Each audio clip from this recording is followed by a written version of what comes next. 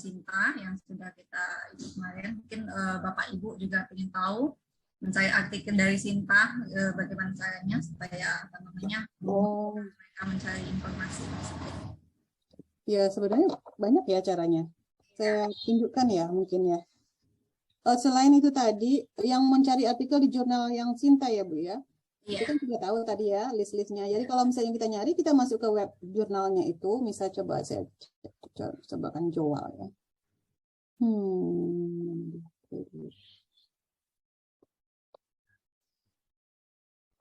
Joal.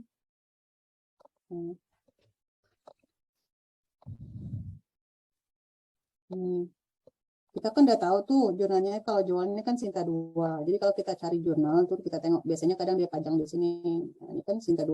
Kalau ada gambar Mbak Sinta ini di jurnal itu, berarti jurnalnya sudah terindeks Sinta. Nah, itu bisa juga kita cek ke bawah. Kalau misalnya itu kita cek ke bawah sekali. Nah, di sini ada pengindeksnya di mana Sinta 2. Ini yang lain ini internasional DOAJ gitu. Nah, kita bisa cari, kita pergi ke, kalau mau yang terbaru, kita pergi ke tombol current. Nah, tombol current ini akan memberikan kepada kita terbitan terakhir. Ini volume 7 nomor 1 bulan Februari. Nah, cari di sini. Nanti yang kira-kira judulnya nih sesuai dengan bidang ilmu kita atau yang ingin kita tulis gitu ya. Misalnya di sini ada banyak ya. Ada di Bayi Saputra, ada Pak Gumono, ada juga Pak Riswanto. Nah, di sini ada saya juga di sini.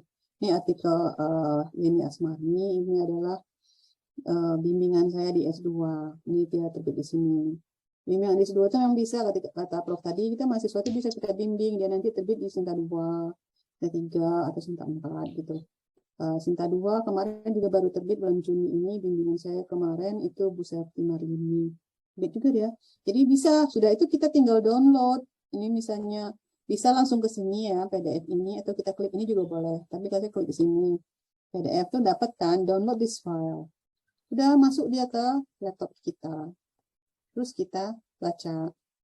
Ini dia, jadi ini Asmarni dengan Pak Deddy kemana-mana. Nah udah, kita bisa download. Itu dari, kalau caranya kita pergi ke Google-nya ya, ke jurnalnya. Kalau enggak tuh pakai juga Google untuk cari ini ya Bu Desi, yang cari artikel ya. Kita bisa pergi ke Google Scholar. Kita cari aja yang topik-topik yang sesuai dengan kita. Saya ketikkan aja di sini. Misalnya kalau saya mau cari grammar learning strategies, misalnya saya mau menulis tentang itu, tinggal ketik saja. Nah, ini nanti bisa kita tengok. Kalau ini kan, ini International Journal. Ini Paulak. Nah, ini kalau misalnya seperti ini, bisa kita di sini download di PDF-nya. Nanti dia ke download. Atau, tuh, ke download kan, masuk, dapat tuh.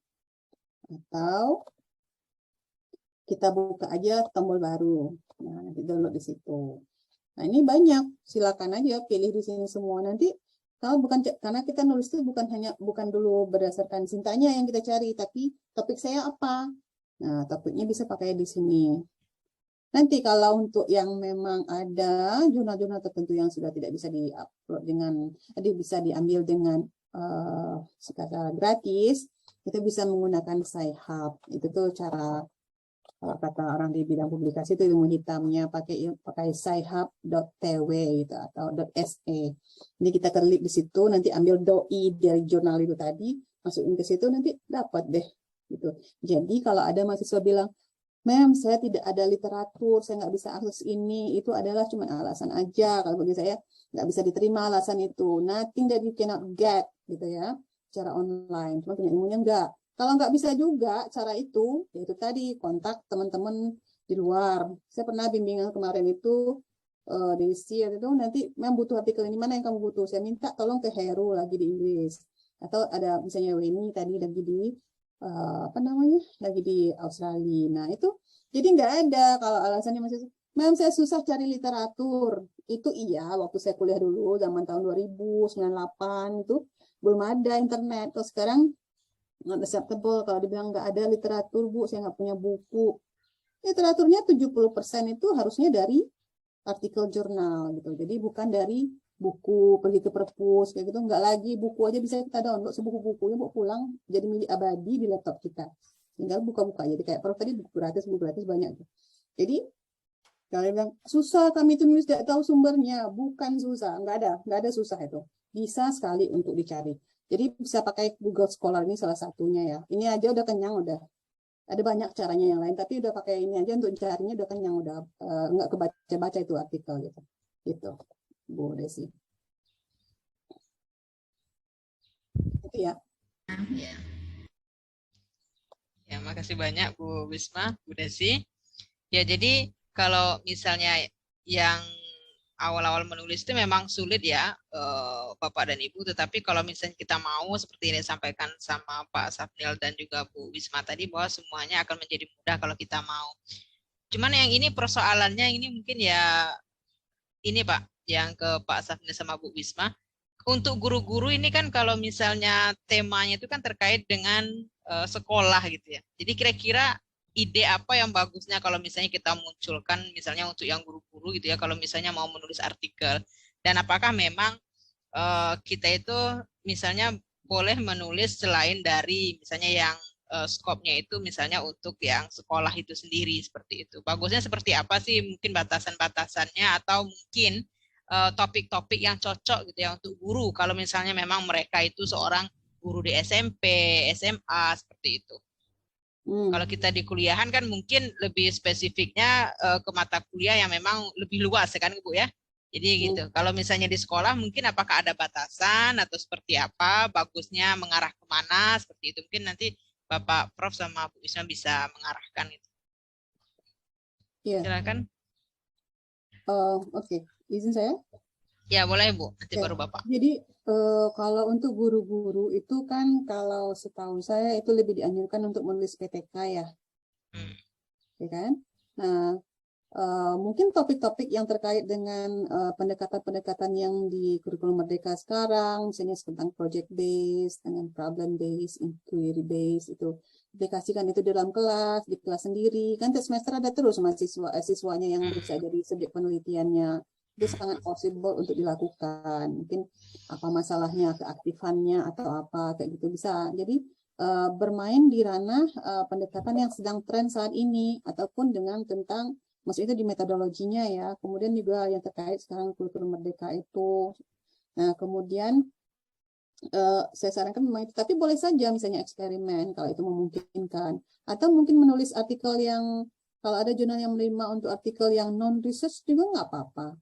Jadi area memang seputar yang itu kita lihat yang tren saat ini dalam pembelajaran apa, dan itu bisa kita lihat juga di kebijakan-kebijakan yang ada sekarang. Kemudian juga bisa melihat ke jurnal itu trennya apa yang terbaru, cari jurnal yang current seperti itu yang saat ini baru ini bagus. Jadi topik-topik seputar itu ibu guru rasanya boleh-boleh saja ya, terutama yang terkait dengan pendekatan genre gitu ya, genre based approach GBA, problem based, inquiry based, dan project based seperti itu. Implementasi itu boleh menurut saya. Bisa juga dengan PTK, bisa eksperimen, bisa juga penelitian tipe lainnya, bahkan juga survei juga bisa ketika. Gantung mana yang mau diteliti aja, sepanjang dia itu dalam bidang bahasa Inggris gitu. Itu yang bisa saya tambahkan. Iya. Berarti itu ya Bu ya. Terima kasih banyak Ibu. Selanjutnya mungkin kita minta pada Pak Safnil. Sebelum masuk ke Bu Risma Sari, ini udah raise hand ya. Nanti setelah tanggapan dari Pak Safnil. Silakan Bapak. Oke, ya. Mulai dari pertanyaan. Dari pengalaman, dari apa yang diamati, sehingga muncul pertanyaan yang layak diteliti. Jangan pertanyaan yang sangat sederhana, yang tidak membutuhkan sebuah penelitian. Karena guru itu sering mendapatkan ide dari pengalamannya, karena guru tidak punya banyak waktu membaca ya. Jadi apa yang menjadi kendala dalam mengajar? Apa yang menjadi pertanyaan, kok mahasiswa tidak berminat ya belajar bahasa Inggris misalnya? Kok mahasiswa kalau belajar itu sering ribut? Kok mahasiswa itu tidak berani berbicara dalam kelas, atau disuruh ke depan dia gugup, malu, takut? Nah itu kan banyak pertanyaan itu yang muncul. Tetapi jangan langsung loncat ke meneliti setelah ada pertanyaan itu. Ya, carilah apa-apa yang sudah diteliti orang untuk mengetahui apa jawabannya. Gitu. Ya, karena apa saja di bawah kolong langit ini sudah ada yang menulis, sudah ada yang meneliti. Ya. Karena guru-guru itu orangnya praktis, ya, tidak teoritis. Karena waktunya sudah habis di sekolah ya mengajar, mengendalikan siswa, ya, nah, gitu. Atau mengapa sebagian guru menjadi favorit, ya, disukai oleh siswa, sebagian lagi kok tidak gitu. Mengapa sebagian guru kok sepertinya sudah profesional, sebagian lagi kok tidak? Nah, itu kan pertanyaan-pertanyaan yang praktis-praktis sehari-hari bisa diamati, bisa dilihat, atau bisa dialami. Nah, pertanyaan itu jangan langsung diteliti. Cari dulu kalau sudah ada jawabannya dari hasil penelitian orang lain. Nah, kalau sudah, ya maksudnya kita masih perlu pingin menelitinya, ya cari ya aspek lain, dilihat dari segi lainnya, misalnya tentang guru profesional tadi. Apa yang menyebabkan sebagian guru profesional, produktif, ya pangkatnya lancar, sudah tinggi, sering ikut seminar dan sebagainya, dan sebagian lagi kok diam-diam saja, ya hanya sekedar menjadi guru lalu pulang lalu tidak ada apa-apa, ya tidak pernah naik pangkat, tidak juga aktif dalam diskusi, tidak MGMP dan ikut seminar. Nah, itu kan sesuatu yang perlu diteliti tetapi tidak bisa langsung diteliti. Cari dulu referensi-referensi yang berbicara tentang itu, lalu carilah apa yang belum diteliti orang. Nah, ya, sekali lagi menulis tidak harus dalam bahasa Inggris. Ya, boleh dalam bahasa Indonesia, ya walaupun guru bahasa Inggris, ya banyak jurnal yang menampung ya artikel dalam bahasa Indonesia atau dalam dua bahasa, ya. Jadi itu mulainya yang mudah. Kalau guru tidak mau membaca, kalau saya mencari inspirasi dari membaca, ya. Karena waktu saya banyak yang lowong, ya. Kalau guru-guru mungkin sudah sibuk, apalagi guru-guru perempuan, ya, di sekolah sibuk, di rumah juga sibuk. Jadi kapan ada waktu membaca gitu? Udah mulai saja dari hal yang praktis, ya. Mengapa begini, mengapa begini, mengapa begini. Banyak itu pertanyaan yang kalau mau ya bertanya. Tapi kalau sudah puas dengan keadaan yang nyata, tidak ada masalah, tidak akan ada ide untuk meneliti. Tidak akan maju juga yang seperti itu, ya sudah puas dengan keadaan yang nyata, dengan keadaan yang ada gitu. Tapi kalau kita tidak pernah puas, memang keadaan itu selalu jadi masalah karena kita tidak puas dengan keadaan yang ada. Misalnya nilai siswa kita kok banyak yang 7, ya saya inginnya tuh 9. Kok siswa banyak tuh, banyak sekali masalah yang bisa dituliskan, tetapi sekali lagi masalah itu tidak bisa dijadikan alasan untuk meneliti. Masalah itu hanya bisa dijadikan untuk mengawali sebuah proses membaca dan meneliti. Ya. Saya kira itu, Bu Ira. Ya. Iya, terima kasih banyak Bapak. Ya, ada tambahan Bu Wisma? Iya, boleh. Ibu-ibu guru menulis itu tadi seperti kata Prof. Kalau Prof kan dia udah punya pola beliau nih ketika menulis pagi. Nah, sebenarnya itu tadi juga ada katanya kalau yang sibuk itu biasanya lebih produktif. Nah, tadi ibu-ibu, iya memang kalau Prof mungkin bangun tidur bisa ini kita kalau ibu-ibu kita kan ke dapur nyiapin yang lain-lain itu kan alasan ya sama kita. Nah, tapi menurut saya gini. Alasan itu ada hanya untuk menolak sesuatu. Tetapi kalau sesuatu itu cuma hanya masalah penting dan tidak penting bagi kita. Kalau masalah itu kita penting bagi kita, maka kita akan membuat waktu untuk itu, make time for that, right? Nah, saya juga nih belajar dari kemarin ikut ngobrol juga dengan Pak Udi dan juga dengan Prof. Saya ingin ada satu hari itu kalau dia sebelum ke kantor tuh harus ada nulis gitu. Udah kayak Prof itu yang Pak Udi tadi. Saya juga pengen harus ada nulisnya. Tapi memang itu sulit sekali untuk duduk, untuk membuat pantat yang duduk itu, untuk menulis itu agak sulit gitu ya. Karena sibuk inilah, ini mau diurusnya sekarang belum selesai. Tapi sekarang saya sadari bahwa kita harus membuat waktu untuk itu. Make time. Jadi kalau kita itu menganggap itu prioritas, maka kita akan buat waktu untuk itu. alasan sibuk, harus main nih, harus ngajar, harus pramuka dan segala macam. Tapi kalau itu penting bagi kita, sama aja. Kalau sesuatu itu penting bagi kita, pasti kita mau menciptakan waktu untuk itu kan. Nah, cuman mungkin masalahnya belum masuk daftar prioritas penting bagi kita gitu. Masuk bagi saya juga, nanti saya kayak ke depan ini saya harus masukkan itu satu hari, satu minggu tuh harus ada saya daftar penting. Do not disturb me, I'm gonna write gitu. Karena kalau tidak sekarang tuh pontang-panting soalnya, ngerjain ini segala macam, jadi belum punya pola yang tepat gitu. Jadi yang ingin saya sampaikan adalah memang menulis itu tidak mudah, tapi bisa dan possible sekali, dan kita harus membuat waktu untuk itu. Kalau misalnya, oh alasannya ini nggak ada literatur, segala macam, itu hanya alasan. Ya, kalau balik-balik lagi ya Bu Ira ya, apapun itu orang itu diundang misalnya ke pesta itu, oh maaf ya saya nggak bisa hadir. Masalahnya bukan itu, masalahnya adalah orang itu, undangan itu tidak terlalu penting buat Ibu. Gitu. Kalau penting, nggak di luar kota pun pergi gitu kan. Nah itu bagi saya sih gitu saya realisasinya sekarang tuh. Oh iya, kalau sesuatu itu penting bagi kita, kita akan menciptakan waktu untuk itu. Tapi kalau tidak, kita akan mencari alasan untuk tidak melakukan itu. Itu Bu Ira, saya pikir. Iya, terima kasih banyak Ibu.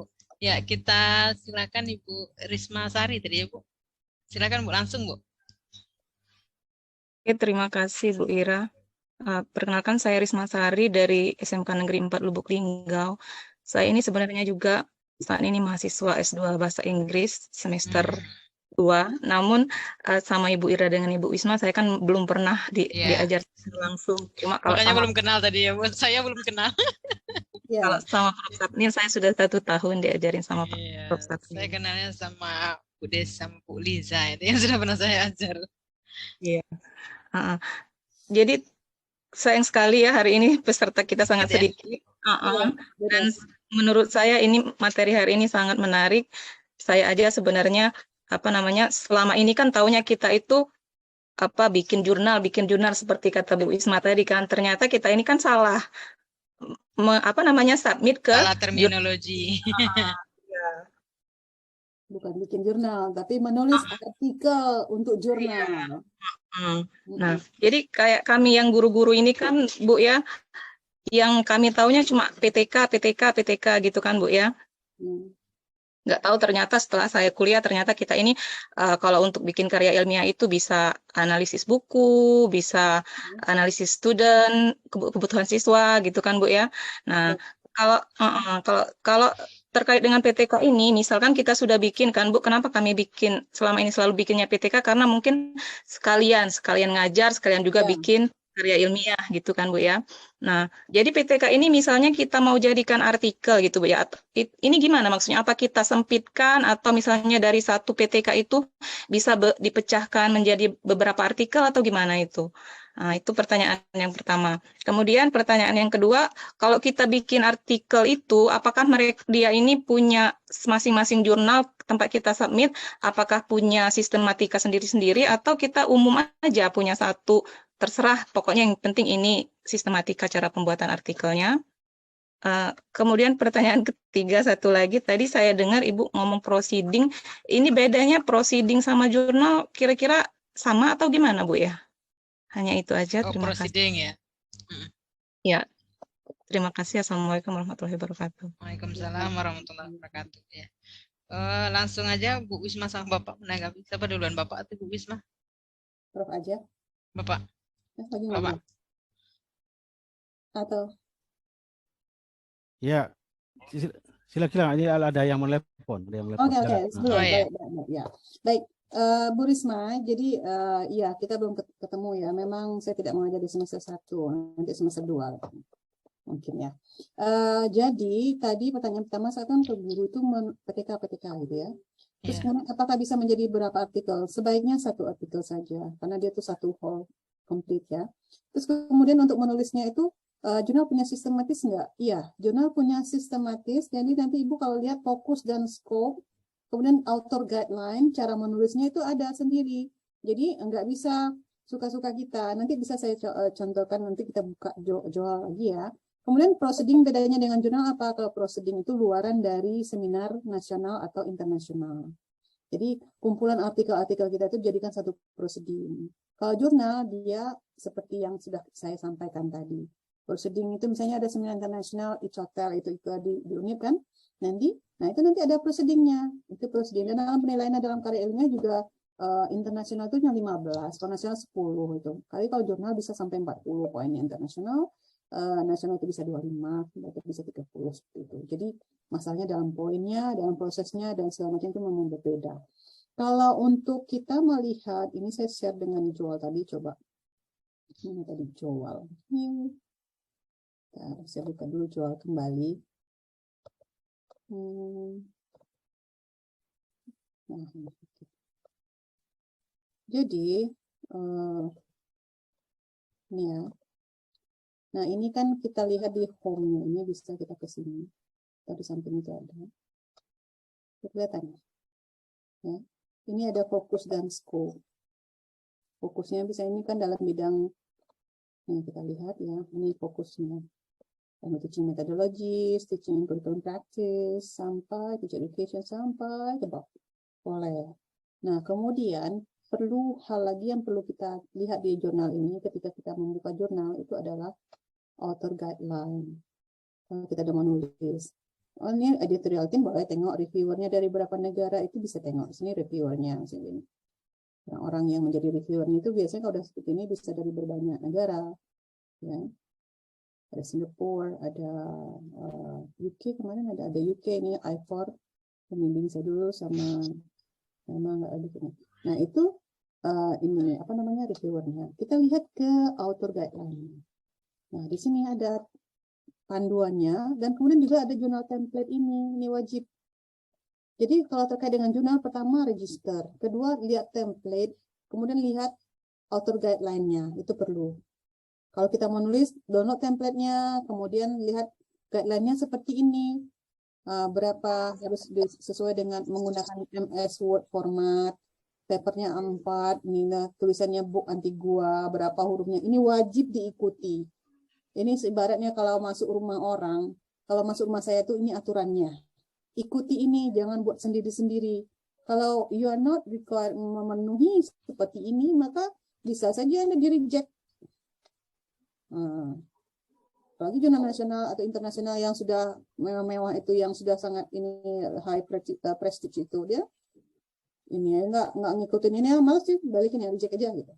Jadi ini wajib diikutin.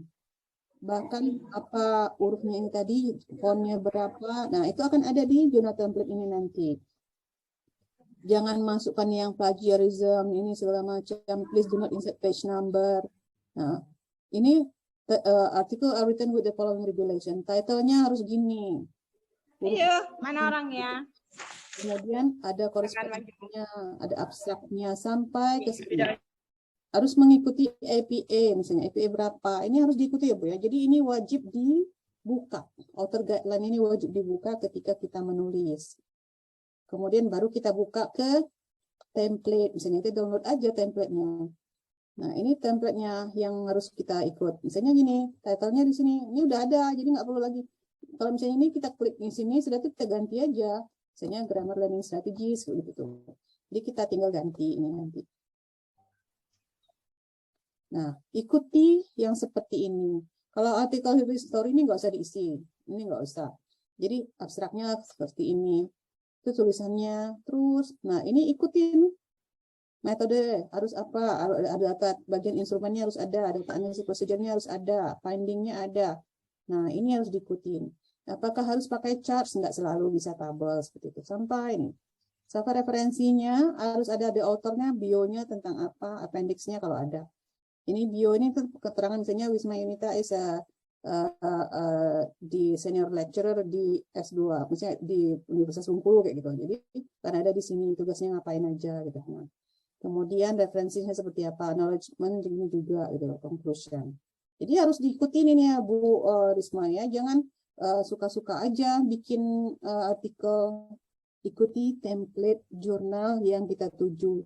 Tapi Bu, kalau misalnya nanti kami ganti jurnalnya lagi karena nggak diterima di situ ya, bikin lagi seperti template jurnal yang dituju yang baru.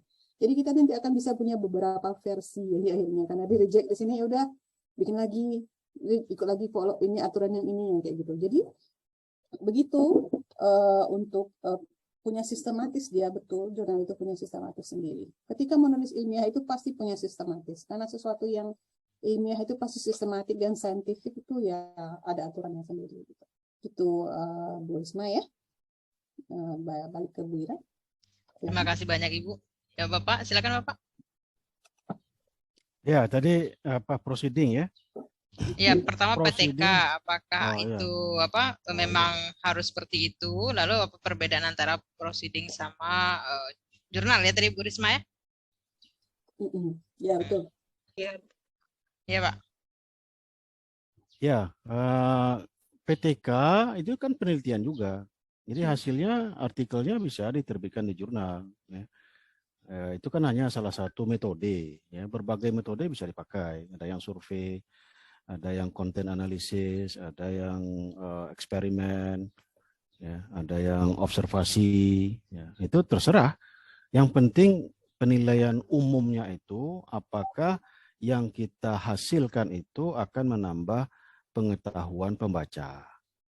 Jadi jangan mengulangi yang sudah diteliti orang, mengulangi apa yang sudah ditulis orang. Makanya tadi kita perlu membaca penelitian orang, artikel orang, tulisan orang, supaya tidak mengulangi, menyajikan, menulis hal yang sama. Ya, jurnal tidak mau itu. Ya, itu sama saja dengan koran kemarin. Ya, tidak dibaca orang. Ya. Nah, jadi harus ada kebaharuannya, sesuatu yang baru. Ya, sesuatu yang baru bagi siapa? Tergantung tadi target jurnal. Kalau jurnalnya untuk regional, misalnya Sumbaksel, ya Sumbaksel. Kalau Indonesia, ya Indonesia. Kalau di luar, internasional, ya lebih luas lagi. Referensinya mengikuti. Kalau hanya untuk Sumbaksel, targetnya ada jurnal misalnya di Palembang atau di Bengkulu, yang dibaca hanya ya jurnal-jurnal baru ya, misalnya jurnal Sinta 5, Sinta 6, ya, itu bolehlah referensinya hanya di Indonesia ya, karena pembacanya orang Indonesia gitu. Tidak harus internasional. Tapi kalau mau jurnalnya lebih tinggi, ya itu dibaca oleh pembaca internasional. Ya, itu harus referensinya harus lebih tinggi. Bentuknya bisa penelitian, tulisan kajian pustaka juga boleh, ya, tidak berupa hasil penelitian. Tapi kalau untuk jurnal yang ranking tinggi, penelitian kajian pustaka itu hanya diuntukkan bagi penulis-penulis yang profesional, yang pakar, ya, invited writer, invited author namanya, ya. Jadi tidak untuk orang awam, orang banyak. Gitu. Jadi boleh, ya, PTK itu boleh ditulis, ya, bukan karena PTK tidak PTK-nya, ya, bukan karena eksperimen tidak eksperimennya, apapun metodenya, asal itu menyajikan sesuatu yang baru dan dilakukan dengan kaidah yang benar dan bisa dipercaya hasilnya, itu bisa diterbitkan di jurnal. Nah, lalu proceeding itu biasanya artikelnya lebih pendek ya daripada artikel jurnal ya, mungkin hanya sekitar 3.000 4.000 kata ya. Nah, tidak seperti jurnal yang sekitar 6.000 7.000 kata ya, di artikel di jurnal.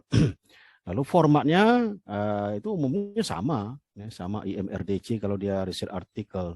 Kalau dia berupa review artikel, hanya kajian pustaka, nah itu biasanya formatnya itu apa yang sudah ditulis orang, apa diteliti orang, apa yang sekarang sedang hangat, dan apa yang kira-kira nanti perkembangannya tuh arahnya kemana. Jadi past, present, and future. Itu yang literature review. Ya. Kalau artikel kajian pustaka ini lebih banyak lagi variasinya. Ada juga artikel yang berupa praktek mengajar. Kita punya ide metode mengajar tertentu, nah lalu kita tuliskan ya bagaimana metodenya, apa alasannya, ya, rasionalnya apa.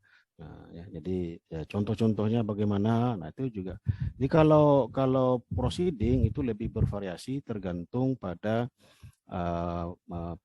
penyelenggara konferensi atau seminarnya. Kalau jurnal tergantung pada jurnalnya. Ya. Nah, yang banyak dimuat itu adalah artikel jurnal penelitian. Ya, research artikel itu yang banyak dari sebuah penelitian. Ya, penelitian PTK boleh, survei boleh, eksperimen boleh, ya, konten analisis boleh, observasi boleh, ya, tidak jadi masalah. Ya. Yang penting menyajikan informasi yang terbaru. Ya. Itu Bu Ira. Baik Bapak. Gimana Bu Risma, sudah tercerahkan dengan jawaban dari narasumber kita? Ya, Ya. jadi gimana Ibu? Nah, udah. Terima kasih buat Pak Samnilan. Iya. Mudah-mudahan semester depan kita ketemu ya Bu. Tadi ada daftar jurnal bahasa Inggris di Indonesia yang saya kirim melalui chat ya. Oh ya, cek Zoom-nya. Mungkin nanti Nah, Bapak Ibu bisa cek ya. Itu Jadi semua jurnal yang ada di Indonesia tentang pengajaran bahasa Inggris ada di situ. Ada 2 Ya. daftar itu ya. Yang satu yang Sinta 1 dan Sinta 2, yang lainnya mungkin keseluruhannya itu ya. Silakan cek Sintanya, cek jurnalnya ya, lalu daftar di situ, register sebagai reader dan sebagai author. Authors. Nah, jangan hanya reader saja ya, sebagai author. Nggak usah mendaftar sebagai reviewer ya. Reader. Ya. Nanti dulu. Iya. Oke. Kalau udah banyak tulisannya nanti baru boleh ya Pak ya. Kalau sudah ini otomatis kita diminta menjadi Diminta ya kalau Pak ya, pernah diundang. Terus dia menulis nggak jadi di reviewer jurnal. gitu. Nah, diminta. Artinya Jangan sudah dilanjutkan. qualified gitu ya. Iya. Jadi itu ya Bu Risma ya. Jadi memang seperti yang disampaikan Bu Wisma sama Pak Safnil tadi, kalau proceeding itu nanti pas Ibu ikut ikotel besok itu insya Allah terbitnya di proceeding. Nah, ada ISBN-nya nanti, dan itu juga kalau di dosen itu ya hukumnya juga cukup tinggi ya. Nanti kalau di guru saya rasa juga ya, kalau di aturan penilaian pangkatnya saya lihat kemarin itu ya, itu juga cukup bagus ya kalau untuk rank yang publikasinya diterbitkan seperti itu. Nah, untuk yang PTK itu sebenarnya ada Bu, kalau misalnya Ibu cari di data Sintanya Dikti gitu ya, itu ada, saya ketemunya satu yang memang khusus jurnal untuk PTK, tapi Sinta 3 levelnya ya, seperti disampaikan sama Pak Safnil dan Bu Wisma tadi ya, kalau semakin tinggi level tentu semakin sulit ya masuknya, karena memang saingan kita itu banyak, semakin banyak, karena memang orang juga ingin publikasinya di tempat yang memang lebih bagus kan seperti itu. Tapi itu tidak menutup kemungkinan Ibu dan kawan-kawan mungkin juga bisa publikasi di sana ya. Yang penting nanti seperti tadi disampaikan, tulislah dengan baik ya, dengan mungkin berbagai referensi, juga argumentasinya seperti itu ya. Jadi plagiasinya juga mungkin seminim mungkin, itu kan mungkin insya Allah peluangnya juga akan lebih besar seperti itu. Jadi kalau misalnya ingin publikasi di tempat yang lebih bagus, itu pertimbangannya. Ya, jadi mungkin memang seperti tadi, skop harus diperhatikan Ibu ya. Template juga, kadang-kadang editor itu kalau misalnya template-nya udah nggak sesuai ya kadang-kadang dia malas aja lagi gitu kan, berarti orang ini nggak baca prosedur kan, biasanya di reject-nya juga seperti itu ya. Jadi itu mungkin template juga perlu dipertimbangkan ya, seperti yang disampaikan sama narasumber tadi. Baiklah, ada lagi yang mau